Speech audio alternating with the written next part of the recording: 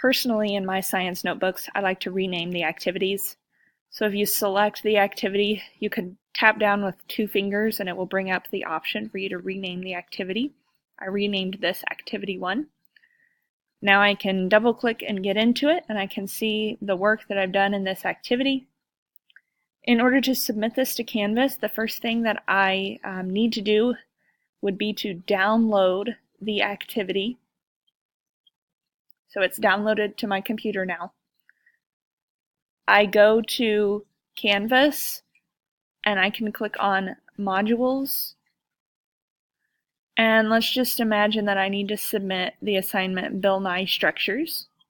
So I click on that assignment and I can submit the assignment.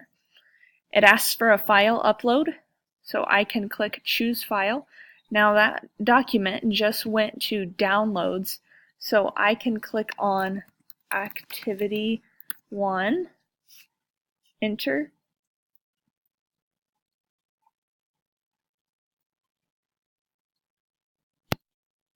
and there is Activity 1. I can select it, click Open, and there I can submit the assignment Activity 1 to Canvas.